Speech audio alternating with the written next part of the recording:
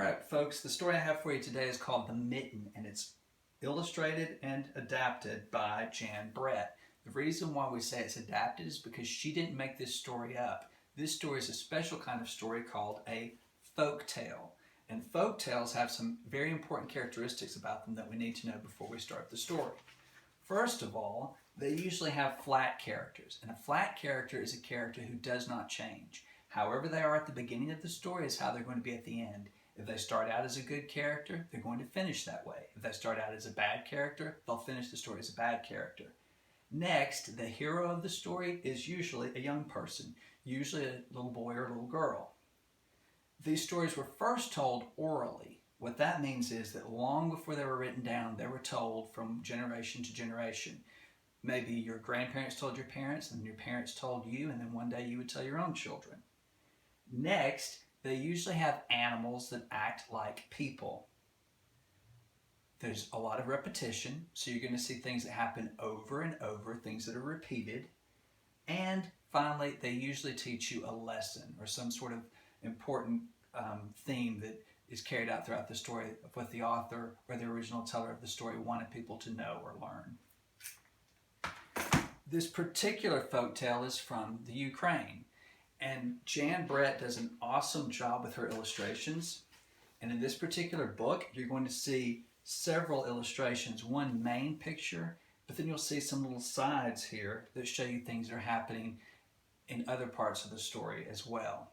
So I hope you're going to enjoy this story, The Mitten. Once there was a boy named Nicky who wanted his new mittens to be made from wool as white as snow. At first, his grandmother, Baba, did not want to knit white mittens. If you drop one in the snow, she warned, you'll never find it. But Nicky wanted snow white mittens, and finally Baba made them. After she finished, she said, when you come home, first I will look to see if you are safe and sound, but then I will look to see if you still have your snow white mittens. So off Nicky went, and it wasn't long until one of his new mittens dropped in the snow and was left behind. If you look here in the illustration, you can see him climbing this tree. Right here you can see he's tucked his mittens under his belt, and what do you notice here at the foot of the tree in the snow? His mitten. A mole, tired from tumbling along, discovered the mitten and burrowed inside. It was cozy and warm and just the right size, so he decided to stay. Look here, I see another creature coming along. A snowshoe rabbit came hopping by. He stopped for a moment to admire his winter coat. It was then that he saw the mitten, and he wiggled in feet first. The mole didn't think there was room for both of them, but when he saw the rabbit's big kickers, he moved over. What do you see here? Next, a hedgehog came snuffling along. Having spent the day looking under wet leaves for things to eat, he decided to move into the mitten and warm himself. The mole and the rabbit were bumped and jostled, but not being ones to argue with someone covered with prickles, they made room for him. Have you noticed how her illustrations are giving us a clue about what's going to happen next and who's going to come along next?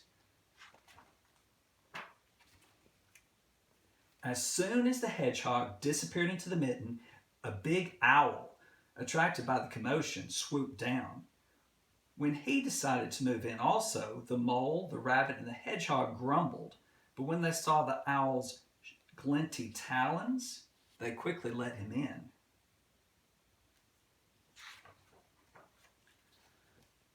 Up through the snow appeared a badger. He eyed the mittens and began to move in. The mole, the rabbit, the hedgehog, and the owl were not pleased. There was no room left, but when they saw his diggers, they gave him the thumb. What animal do you think is going to come next? It started snowing, but the animals were snug in the mitten. A waft of warm steam rose in the air, and a fox trotting by stopped to investigate. Just the sight of the cozy mitten made him feel drowsy. The fox poked his muzzle in. When the mole, the rabbit, the hedgehog, the owl, and the badger saw his shiny teeth, they gave the fox lots of room. What do you see coming next? A great bear lumbered by. He spied the mitten, and all plumped up, not being one to be left out in the cold, he began to nose his way in. The animals were packed in as tightly as could be. But what animal would argue with a bear? And who do you suppose is coming next? Along came a meadow mouse, no bigger than an acorn. She wriggled into the one space left and made herself comfortable on top of the great bear's nose. The bear, tickled by the mouse's whiskers, gave an enormous sneeze. Achoo! The force of the sneeze shot the mitten up into the sky and scattered the animals in all directions.